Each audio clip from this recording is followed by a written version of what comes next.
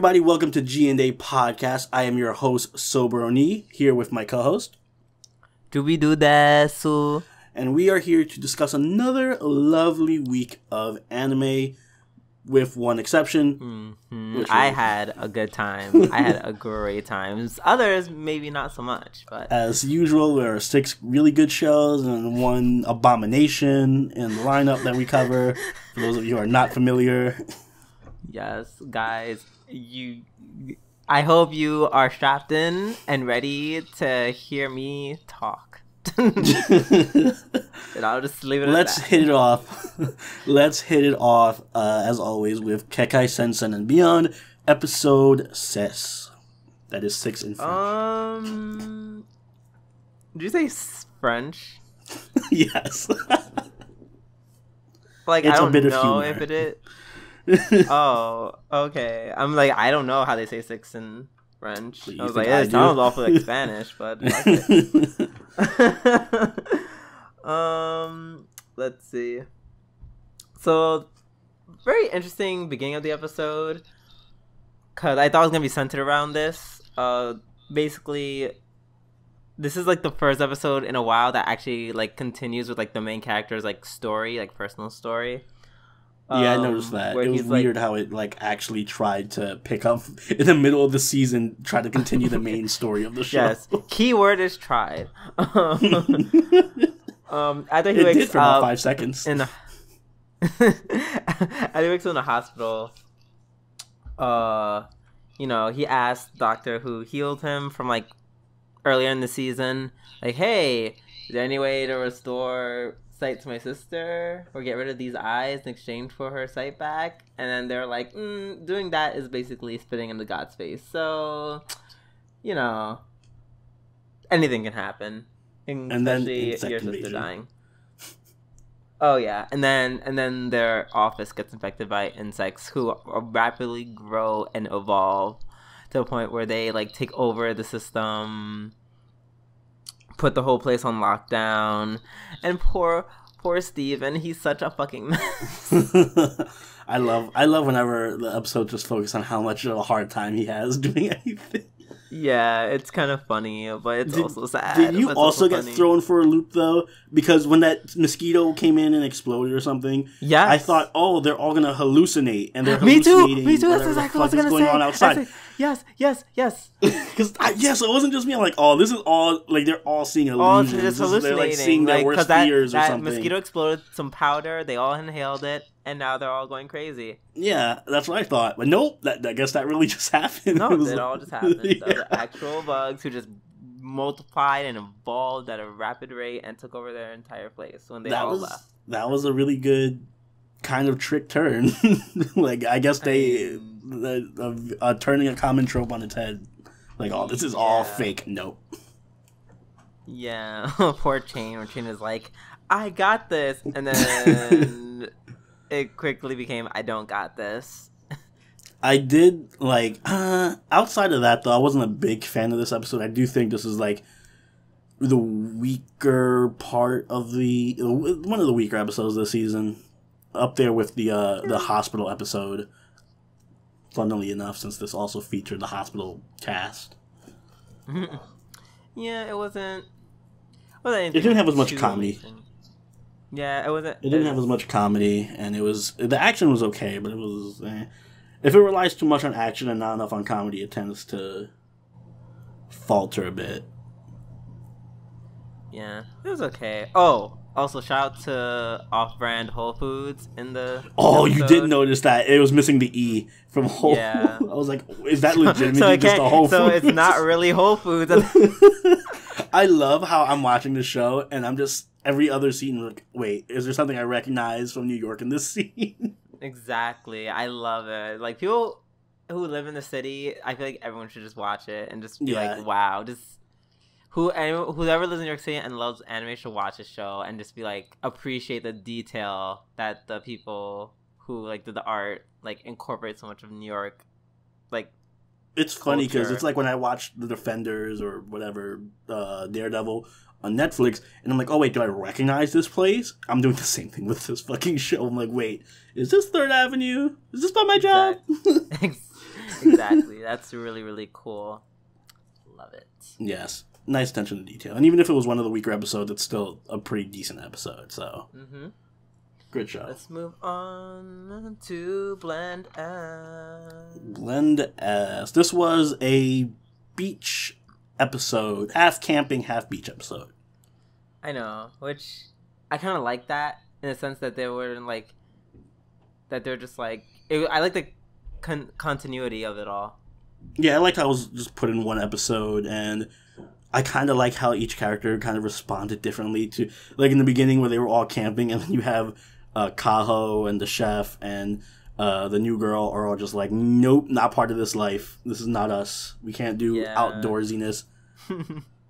So that was fun. I love how like I love how like the picture, like the portrayal of the tuna was just like like IRL tuna. Yeah. The real picture of tuna. And I don't think there was no this I think was the first episode there was no actual them being in the store doing anything. Like, you're right, they weren't in the store at all. Which is kind of, I'm not sure how I feel about that. It's kind of weird because like you guys like I don't know.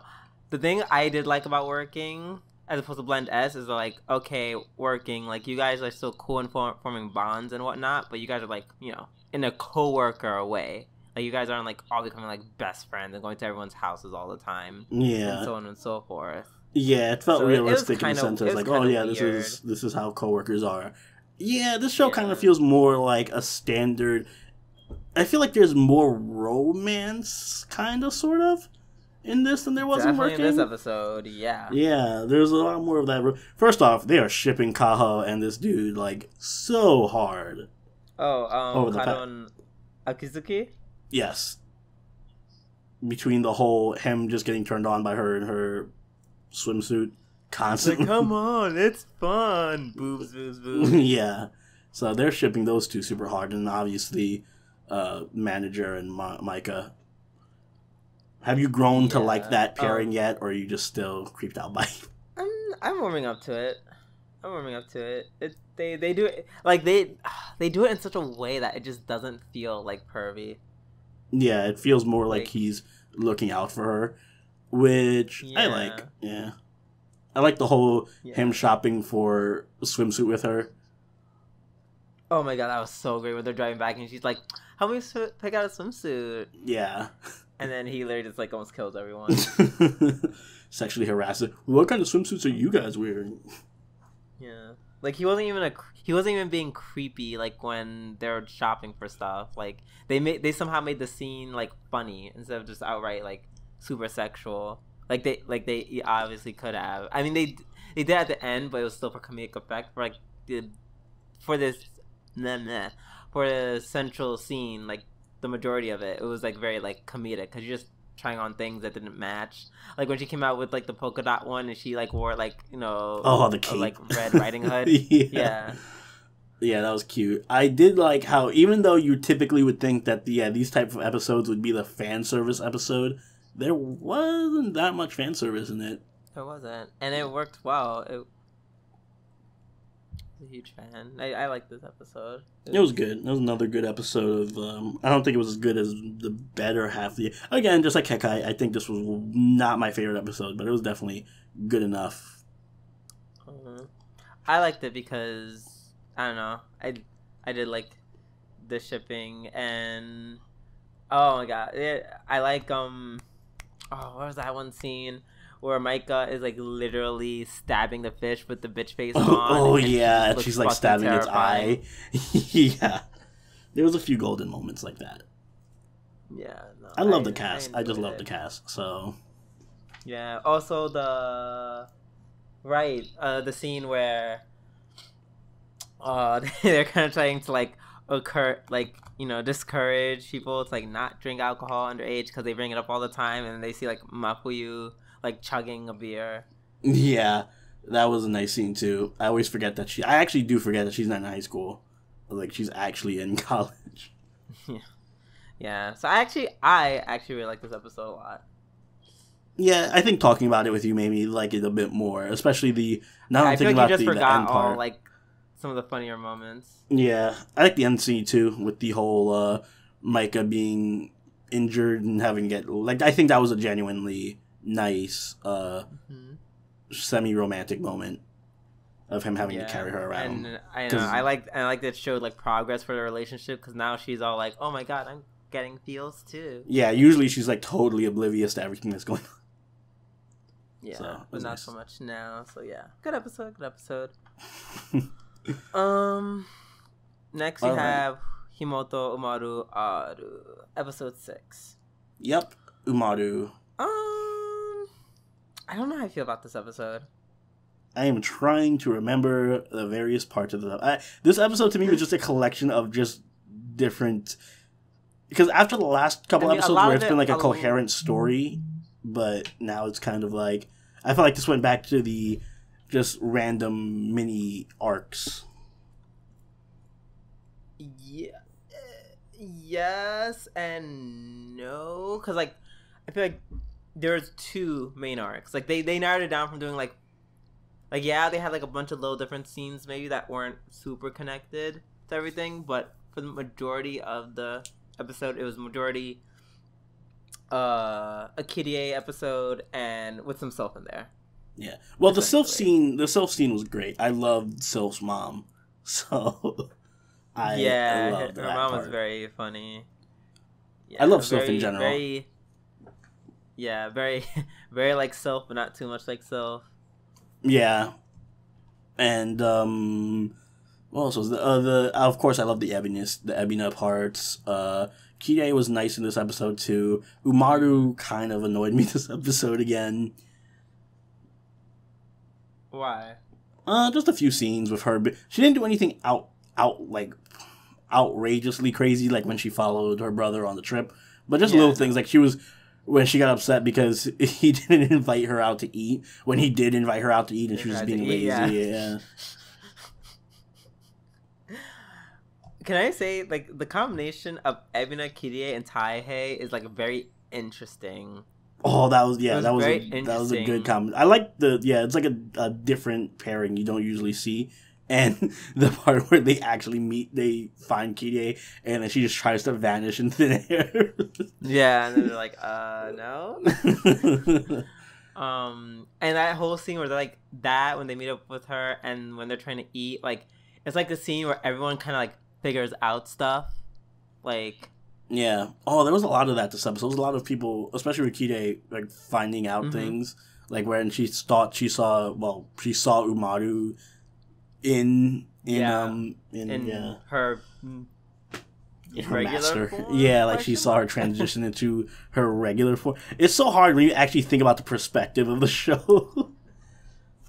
Because shouldn't Umaru always look like that? That's such a dumb like thing. That is, it's for comical purposes. It's like in reality, it's so silly. Yeah, it's really dumb. You can't really, if you were to like look at it from the outside. Looking at it from the inside out, rather, it's kind of weird. Because Umaru is always in the non-chibi form. Yeah, exactly. It's very, very, very weird. But I liked what was it like? How did it happen first? I think it was when they were talking about like, oh, what you doing here? Da da da da. And I think like Ebina was like trying to like shuffle the conversation along. Yeah. Something else. And then, like, Taihei, like, once Umaru came, Taihei kind of realized what Ebina was doing. And he was like, oh, Ebina, that was really nice of you. And that's when she got like, And then when they were all eating, when Kirie kept looking at Ebina, I think she realized that Ebina liked Taihei. That's why she was like, oh. Yeah, it clicked for her. I loved the what interaction was there that I was really like loving this episode. I forgot what it was. Damn it, I'll remember eventually. I don't know. I'm trying to remember too because that was like. No, I did like the fact that they brought up the brother thing again. So I guess that's just going to be a recurring thing. But until it finally forever. So what is Ebina's plan? Is she just going to go to every fucking restaurant in Japan until she finds her brother? I don't know why she doesn't have a cell phone. Just call him and say, hey, which restaurant do you work? Yeah, I feel like Yellow Books or something would just like look for some of your last name, or I don't know. Maybe Taihei can just be like, man, I saw somebody who kind of might be your brother, you know, over there. Well, fun fact, as I've learned in the past 2 or 3 years, just because you live somewhere does not mean you are registered there at all. Fine, Google his name. I'm sure he'll pop up. Go to his Facebook page. Google? Oh, wait, you can't Google a chef's name and expect it to pop up. It's not like Yo, he's you like can a Google, world-renowned chef. you can Google anybody's name and they'll pop up. Scary fact. Try it. Anyone listening to this, Google your name. See how much information you get about yourself. I guarantee you'll get an address, you'll get your name, you'll get everything. We live in a scary society. Yeah. But yeah, no, I do like the little interactions that they have here and there, and I do like. I still can't decide if I like Ebina or Soph more, and Kire's kind of growing on me now too. Mm-hmm.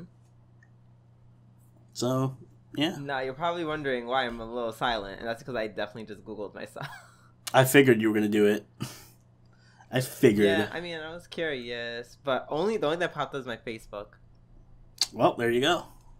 I was trying to kill you. I know where to start. Not much. That's not. I know where to start if I was trying to kill you. So there you go. You're already dead. That would be a very crappy. I'd put nothing.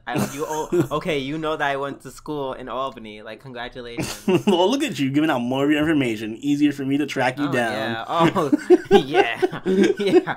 Go to Albany, even though I live in the city. Just making it easier. Listen, if you start from the basis that there are 7 billion people on Earth, you just narrowed it down considerably. True, you know. I guess you've always been a glass full kind of guy. Yeah. Even when it comes to stalking. I should be a fucking private eye. Yeah, good luck with that. Let's move on. Oh yeah, this is gonna be something this can take up a lot of the chat of the podcast. UQ Holder episode 6, everybody. Strap yourself in, bitch. Because is this still our episode of the week? It's still mine. This is still my episode of the week. Yes, this is my episode of the week. Yes, this is our. Short as hell is not Ousama Game, so yes.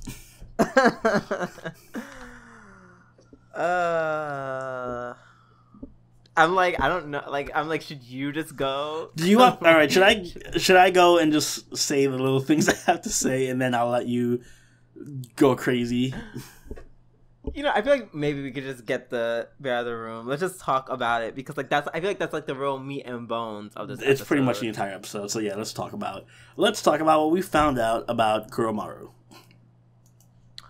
So I was like, oh, it's really cool that Shinobu also is a mechanic. Like, that's really cute. But who gives a fuck? Because Togisaka apparently doesn't have. Togisaka is a demi-human. I believe the name was it Yata no Karasu? Oh, you did your research. Breaking out the research paper. I should have like put that in the translator, see if that translates to something. But yeah, he doesn't. We don't know if he has a gender or not, but he doesn't have a sex, which is crazy because a lot of people can go around today and say, "Oh, I'm genderless, but you have a sex. Like, you were born as a male or a female." But he is the complete opposite. He goes around with the ability to identify as a man, but in reality, Kuromaru could be either or until he is 16. Yeah, he gets to choose at 16. Which I think is literally, like, fucking and so interesting. I love that twist, and it also adds a whole different dimension to like this entire aspect of their relationship and this whole aspect of the show. Because like, oh my, it's so crazy. Fun fact: Japan doesn't really have a word for intersexed. They actually don't. Because it's not intersexu. It's not intersexual, even though the word for genderless is gendaresu. I was close. But that's because that's word for genderless. But yeah, and I think that came from the the fashion trend of genderless K, where everyone goes around parading, like, saying, like, this is genderless stuff. Even though I think some of the people, in my opinion, some of the models, like, the really popular models in Japan who are part of the genderless K movement, a lot of them kind of just dress like very cute guys. Like, it just looks really cute. They don't really, I wouldn't call them genderless. But that's just how I feel. And I literally, I listened to the word that they used, and I couldn't quite pin it down. It was like either hainyo or hanyo, like something like that. And I put like every iteration, like I did hanyo, hanimyo, haiyo, but then haiyo just means like okay. Yeah. So I couldn't really find the word, but I found a word. What is it called? I think is it hananmyo? Hananmyo actually means bisexual. So I think that they like literally like took some of the kanji that denotes like some kind of like you as a sexual being, and then just like slapped it and just like finagled it around so they could like say the word intersex. Probably. You should bring that to school and get your Japanese language doctorate. I know, right? Like, so I thought that was really interesting. Even though in this case, I would go as far as to say that it's sad that I found out so much. Even though I had to say, like, it's just part of me that I feel like I have to say that the use of the word intersex is incorrect to describe him, because intersex means like, you know, formerly known as the word hermaphrodite, but all the intersex people don't like that word, just like all the gay people don't like the word homosexual, so they're like, we're intersex. And you know, it's either you're born with a chromosomal abnormality that results in you having, you know, in some fashion a mixture of, you know, genitalia. I mean, I don't think that's like the only way, but that's like the main form that everyone thinks of when they think of like intersex or what formerly is known as a hermaphrodite. And like I said, Kuromaru is neither of those. He doesn't have both. He doesn't have both. He actually has neither. As she says, what's her face? Karen. Yeah, as Karen says, she's like, I saw nothing. And even though it was in parentheses, but like to say that you saw nothing, like he doesn't have in his boy form, I doubt he has a pussy, which means like he literally does not have genitalia right now. Well, I mean, we could just say that. I think that's open, because I interpreted her saying I see nothing as in she was looking for a penis and just didn't see a penis. Exactly. So, but if he has a vagina in both forms, then it's not really, you know, then what he says is not true. I love that. So the only logical... We're speculating on Kuromaru's genitalia. I mean, I find it interesting, and also I think it's a very logical, like, frame that I'm going by. Like, he says he can go between having, like, being a man and a woman. Then she didn't see a penis, but like if he had a vagina, then in both forms, then he probably would just like, okay, then you're just a girl. So the thing, like, I don't know why would they? It wouldn't make sense as from a character designer's perspective. It wouldn't make any sense to give him a vagina in both forms. Because my thinking is, when it comes to this subject, obviously the translations need to be on point and on key, and I don't think that it wasn't, because they used the word genderless first, which is still, not to mention, incorrect statement to refer to his condition, and then they used intersex, which is still, both of them are incorrect. My thinking is they're not going to be intricate enough, both in terms of like the language and the nuance in between. Mm-hmm. I don't think there's a perfectly easy way to translate. I'm not something. I'm not chastising them for saying it incorrectly. Yeah, I'm just saying no way. Like I spent like an hour looking for it. Like Oh no, I'm not blaming the doesn't actual exist. translators. That's probably fucking crazy difficult to do because Japanese in of itself is very. It's a very like what do you call that kind of? It's not a specific language. It's like everything is pretty much implied. It's based on implications, lots of implications, and context. Yeah. So yeah, like they don't have pronouns at all. It's kind of weird that way, but I'm just thinking there's also a possibility that she just didn't see a penis and then he has a vagina and is just sexually female but gets to pick his gender. But then again, he is a demon or she. So it's like.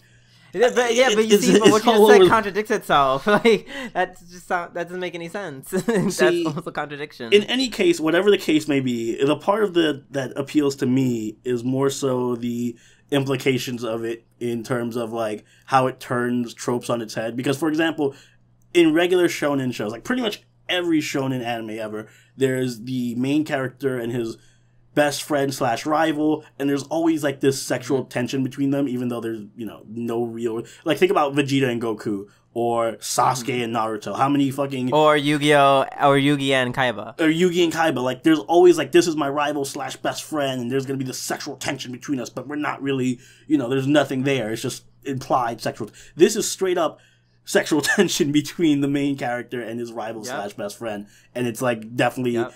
They definitely have feelings for the other one, so I think that's an interesting way and on top of it, like it can now he can also add on the whole this is also like my love interest. Like he's all three. He's now also love interest. Yeah, he's all three. And also it's funny because this is one of the reasons why I like Toda is because I can't imagine Toda. He's such a good main character. I'm growing. He's growing on me because he's just so like straightforward and blunt with like, oh yeah, your cousin was hot or whatever. I feel like if Kuromaru came out and was just like, oh, by the way, that was me, he would be like, what? Like, you're super hot. Like, that's cool. Like, whoa, yeah. Exactly. Marry me. So I feel like he'd be totally cool with that, and it's cool. I don't know. He's just a really nice, cool main character. And Kuromaru has grown on me. I'm now officially shipping Kuromaru and Toda. Yep. Also, like, speaking of turning tropes on its head, he's not just a trap anymore. Oh, that's true. He's not really just a trap anymore. Not just a trap. He is both. This is such and a I smart love trap. that. This is such a smart It really This is like top 10. Shout out to, what's his name? Ken Akamatsu. Yes, Ken Akamatsu. Shout out to you. Like, literally since Love Hina, you have been killing it. Yeah, this is a top 10 character designs right here. So, yeah, no, I love that aspect of it. I love the new, like, whole paradigm of romance it adds. And because, I think lending to your point, there was also the point where when he did go into female form, he was pretty different. Like, his speech was different. Obviously, he changed his hair color. Like, I don't know if it was magic or just through his own ability. Like, yeah, he was pretty different. Yeah, he definitely was. I think, I'm not sure if that was because, like, he was trying to, like, disguise himself. But even if it was a disguise, like, he was mentioning, like, oh, I can't fight as a woman, which lends me to believe that maybe he's just, it was physiological, too. Like, oh, being in this state of mind and being in this actual form is holding me back because I'm not used to it yet. It's so fighting in it. Yeah. Like imagine if you were literally just woke up as a woman and then you're like, whoa, this is just physiologically. I can't move my body. Yeah. Yeah. So I think lending to your point, maybe he can actually transition between sexes. Yeah, I 100% believe it. Because if not, then it wouldn't make his character as good. Like, it wouldn't be as impactful. Like, this is huge. Like, this is huge in terms of, like, mainstream, like, anime, like, huge. Like, and that's why I'm super here for it. Here's another trope like, it turned on its head, touching by the way.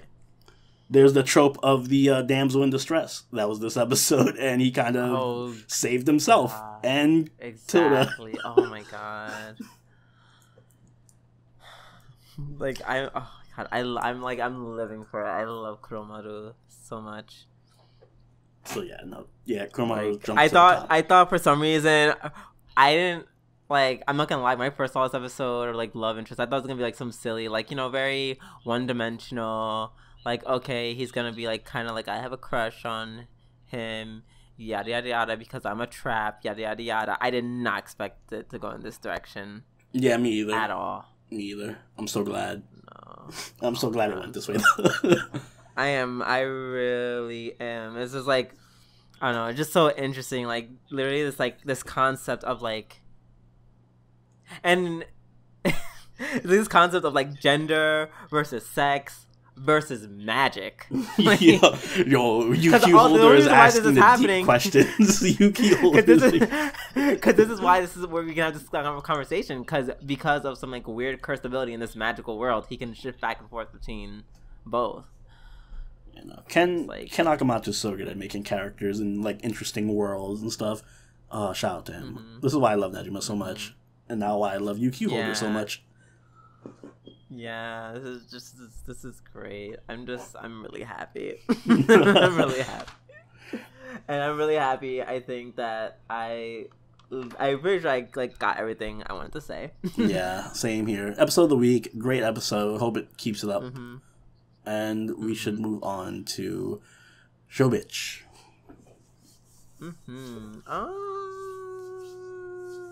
Yeah, no, this is another great episode. Yeah, I think this would have been episode of the week if it wasn't for Yuki Holder. Probably for me too. This was, I think, the funniest of the comedies this week was ShoBitch. Yeah, for sure. The new girl is growing on me. I forgot her name already. Oh, the lesbian. She's so good. Saijo. Yeah, Saijo's. Yeah, she's bringing the comedy to the show right now. Yeah. Also, fun fact. Because this is a thing that, well, it's either not commonly done or it's never been done, like, to my knowledge. Like, they straight up, like, implied sex. In which part? In the opening, where Saijo and older girl just walk into the other room and you just hear buzz. Oh, yeah, they kind of did. Before it's all like, oh, we're kind of making, like, a semi-sexual scene. Nope, they just walk into a room and then you just hear a vibrator. The whole vibrator scene too, when she was like, your phone is ringing and she just like without even looking at anything, she just reaches into her bag. That one was good. You're like, oh, it is done now. That was fucking great. Yes, it was, and I love how like walking back into that room was like that and the vibrator joke. They were both like recycled. Yeah. And in a way that was funny. Even the other, like, toward jumping to the end of the episode, the condom joke was fucking great for me too. Oh my god! The condom joke.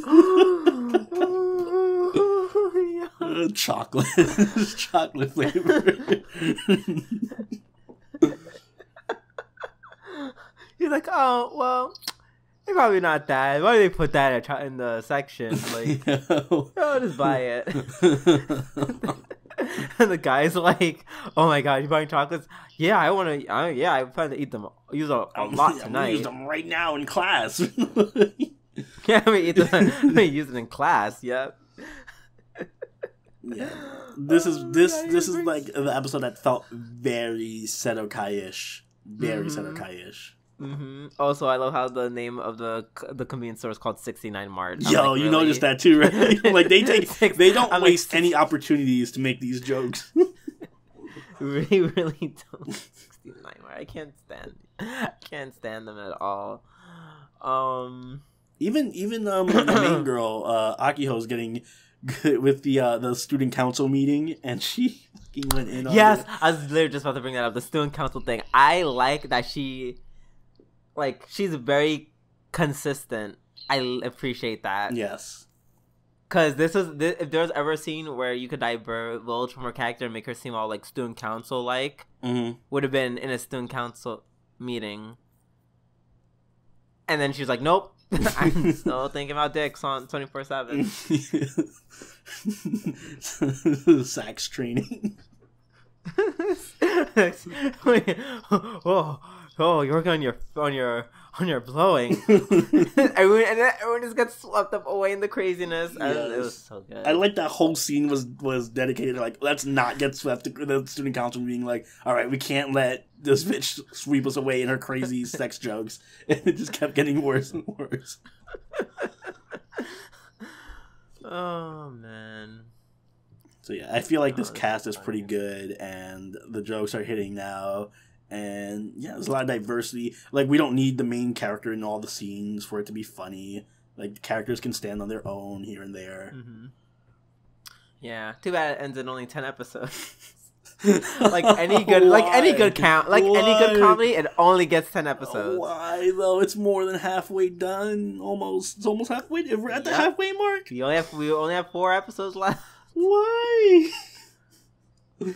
I was just getting so God good. God is cruel. I was just getting so good.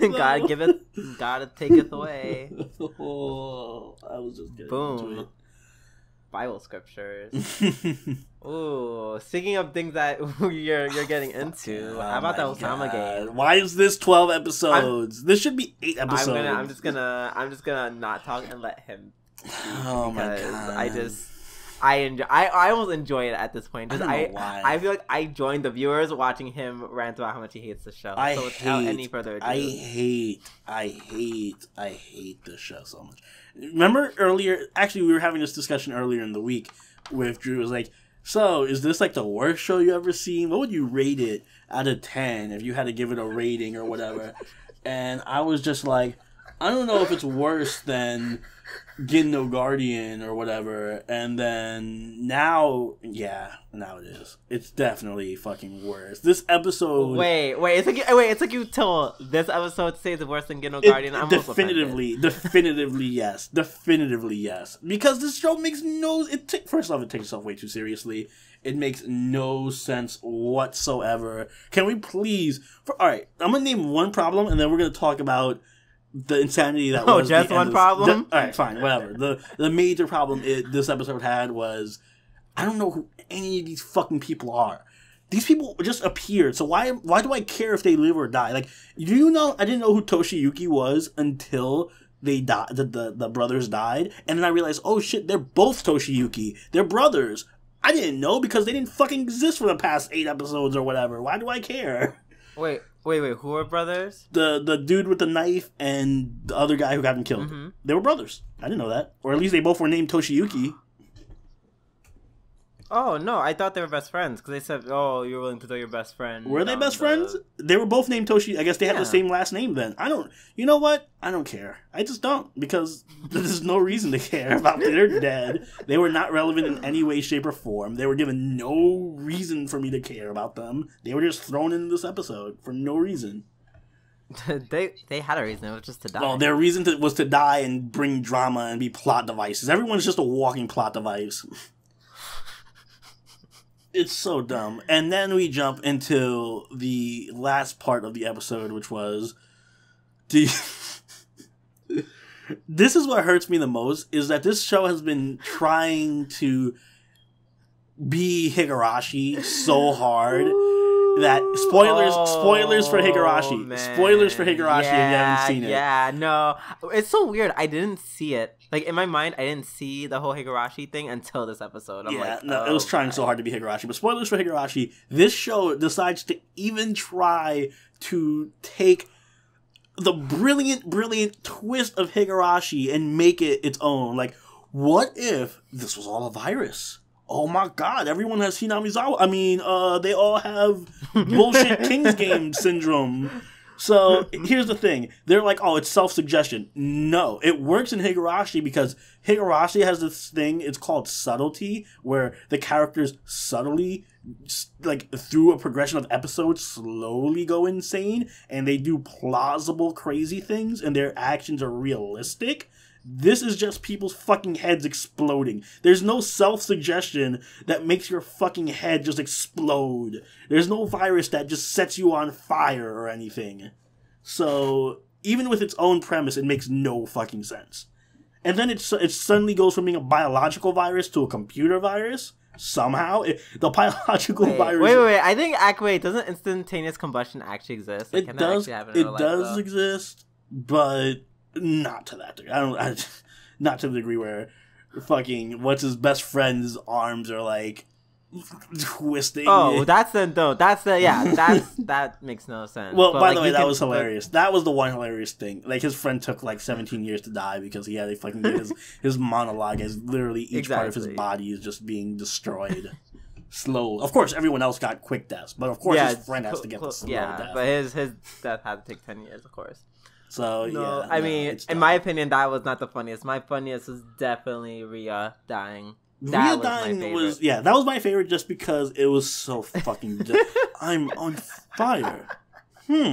It seems my plan did not work. Well, shit, I lost. Well, guess I'm on fire now, and I guess I'm just gonna keep typing. I'm actually I'm actually a master hacker. I just discovered that now because the episode called for me to be a fucking There was no hints of this anywhere else throughout the series. But I mean, and sure, the virus is a biological one that's inside of us, but apparently that can translate to it being a virus on the computer. You know what? I could get behind that. Like, a concept of, like, there was a biological virus and now it's become a computer virus. If you can do it cleverly enough, I think that could work. But no, clever is not what this show is about. No. So, fuck no. Now it's just stupid. Makes no fucking sense.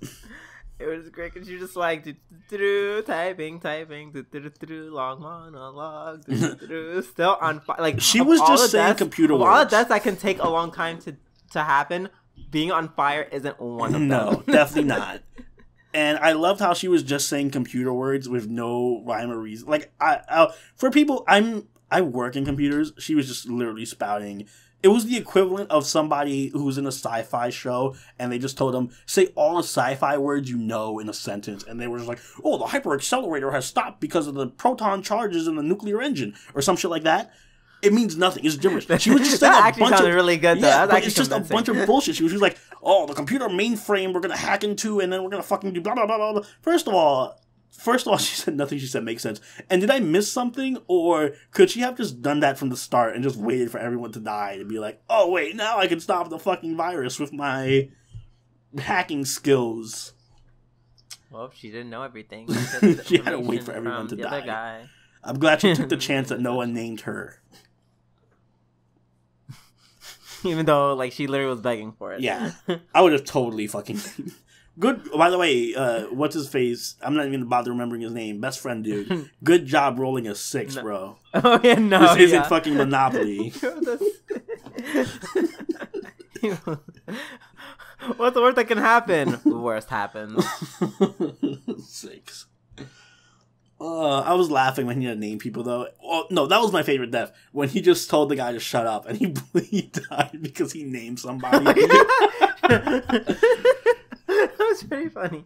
That was fucking dumb. That was stupid. I don't know why. Like, during like all the drama that was happening, he could have just like whispered the name. He could have just whispered the dude's name. There's so many opportunities, but you know, I'm not saying, whoa, why didn't this anime do something better? Because I'm not. Is it bad that I thought that the dude with the knife that took Jamie hostage was like the most logical dude there? I was like, oh my god, at least somebody's, I guess, trying to save them lives or something. That's kind of a logical thing to do in that situation. I wouldn't say the logical thing because, like, I mean, if everyone else is already out to get you, I mean, I can get the reasoning behind taking a hostage. Kind of worked. Like, well, no one. Well, he probably would have been fine until he like went crazy and tried to take someone hostage. He would have been fine before all that, probably, because Naoya was ready to roll it and save everyone, yada yada yada. Everything was gonna be fine, and then he was like, "Nah, fuck that. I'm just gonna take this bitch hostage." So, because we're having 2 Kings games going on at the same time, I'm assuming next episode we're gonna see the conclusion of the exciting first Kings game, and then we'll get to see the last Kings, current Kings game with... Honestly, I'm looking forward to Crazy Girl's return because she might make the series, she might give it the over-the-topness that it needs. Like, right now it's over the top, but it's still trying to be serious. I think maybe she can bring it back to fucking La La Land where it needs to be. Yeah. I think we need Jeanne. I mean, yeah, Natsuki. we need her. I want to see her just like be a villain. Like this series needs a over the top comedic villain. Like it just needs a hilariously bad person in it, and I want to see that. I just want the show to have that. Then maybe I can appreciate it instead of wincing in pain every time, every episode fucking airs. I'm just here for it. I don't pay too much attention Why to is it 12 episodes, oh though? Why is it fucking 12 episodes?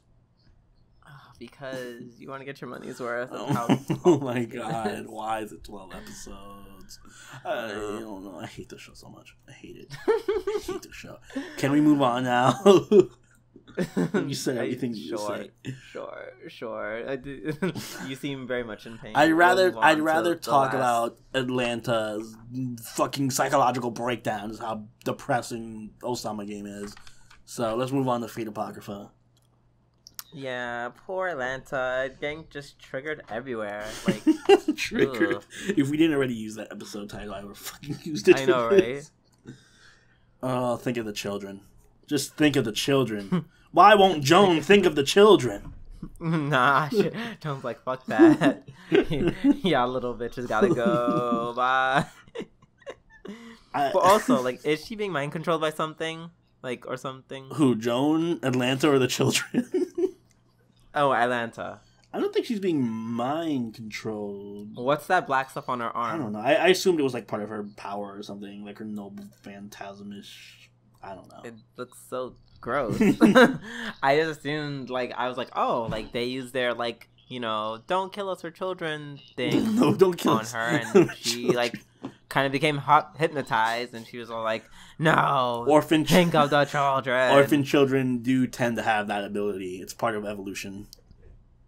They've developed mind control. Yeah, it's part of evolution that they die too. So I didn't really get the whole why thing. Like maybe I wasn't paying close enough attention. The whole what thing? Why? Like why these kids had this power to begin with? Power of what? Like they were evil spirits, right? And I'm guessing Jack is the manifestation of that. Mm-hmm. All right. I guess that's enough explanation then. Like is there anything like, particular in my mind? It was situation? I think, like I said from last episode, like almost as if like, you know, not defense mechanism per se, but like as she dies, she sets off like a reality marble. Oh, you know, I get that. I get that part. I'm just talking about like the children in general. Like, is there something so significant about these children that that they're summoned as a heroic spirit in the form of Jack in the first place, or? Because it seems like a stretch. Like I get there. I'm guessing it's because they were Jack the Ripper's victims, children. Yeah. And yeah, like they are part of his legacy. Yeah, I guess, but that's a real stretch to go for. And it's a part of his legacy, and no one ever knew who Jack the Ripper was. Yeah, all right. I guess that part makes it make more sense then. I guess that part, because otherwise it'd be like, oh, I am the guy who shined Hercules' shoes, therefore I am eligible to fucking be a part of his legacy and be summoned as Hercules. No. Like, no. So I guess that part makes more sense then. Also, the scene where the poor woman is like about to get raped and then she just gets run over by a fucking horse. The one thing I did appreciate about this episode is it did give a lot of character development. One, it gave a lot of character development to Atlanta. It gave a lot of character development to Joan. And it made Sieg slightly more bearable. He had an emotion other than... I mean, it was still depressing. Like, he still had a depressed emotion, but it was better than what he's been doing. Which is generally... He was not bringing the mood down. The mood was already down, and he was just reveling in it. So, fine. Good enough. He was tolerable this episode. Yeah, although I will say the ending was very awkward. Like I feel like they were still trying. Oh to, like, yeah, they did. That was weird. Joan and, that was so weird. I'm like, guys, you literally just like fought your way out of no phantasm where a bunch of dead orphans are trying to, like, when you think of it that way, it's kind of straight. Like literally, they were just witnessing she literally just killed a bunch of kids, and then he goes into blushing, I'm holding your hand and we're about to kiss mode. That's like what the that is the problem with this whole going on. That is the problem with this whole series, just summed up in one moment. We shifted because the gravity of her having to kill kids and fucking to obtain to uphold her status and conflicting with her status as a saint is not compelling. We have to add this fucking weird ass forced romance between her and Zeke. I just liked it back in Fate Zero, where Kuritsugui literally just had like a million side bitches. Yeah, yeah. I guess the point of it is you need to focus. Like we already had a Joan bonding date episode. We don't need an episode. Yeah, we don't need it in the middle of the child death slaughter bath thing. Like, priorities, people. Yeah, and also the kids weren't. It's not like she killed the kids. They're already dead. Yeah, they were already dead. Tell that to Atlanta. Yeah, I'm Atlanta. Didn't you the one who killed her to begin with? To chill. No, but I did like the callback to Atlanta's past, and we saw Media Lily, who did not sound Russian. Oh yeah. And Artemis and who else did we see? I mean, fun fact, they all are connected. Yeah, I liked how they were all connected, and it was like, oh, dope. This is the closest we're ever going to get to Orleans being Okeanos being triggered. And then Blackbeard just shows up.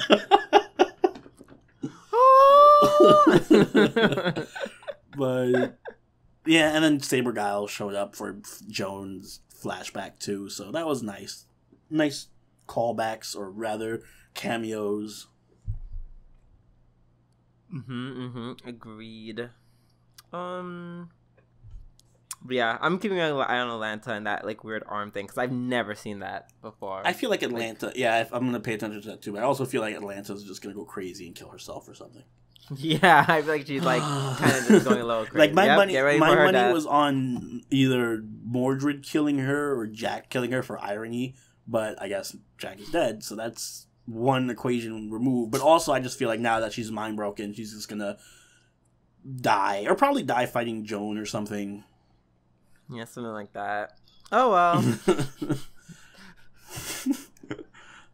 Sucks to be Atlanta and have to relive your trauma right before you die again. All right, I think that covers everything today. Yep. But before we end things, we want to give a special shout out. Yes. To our Patreons this week. Yep. We have special thanks to all our contributors who donated $3 or more via Patreon or through being a YouTube sponsor. So, shall I start with the names, or do you want to start? I will start. Go for it. Shoutouts to Corral. Shout out to Flandre. Markel Boxil. Project Zion. Prowl 2099. Rezo. Ryan Morgan, the most average name ever. And Ninst, or XNINST. So thank you guys. Yep, thank you very much for donating. No. And I was gonna say, if you do want your name on this list, please consider contributing to our Patreon or becoming a YouTube sponsor. You do get perks on top of this, so you get your Discord perks if you're part of our Discord channel or Discord server. You get access to our private channel and a nice personalized color for your name. It's nice and purple. I love me some purple. Yes, and while you are there, also check out our Twitter and our Discord. All linked in the description below. Catch up our live streams and yada yada. Yeah. Don't leave me dying here. I just want to let you suffer, just like you make me suffer for Ousama Game. Anywho, thank you so much for watching the podcast this week, and we will be signing out. This is Soberoni and Jubidu desu. Later. Bye.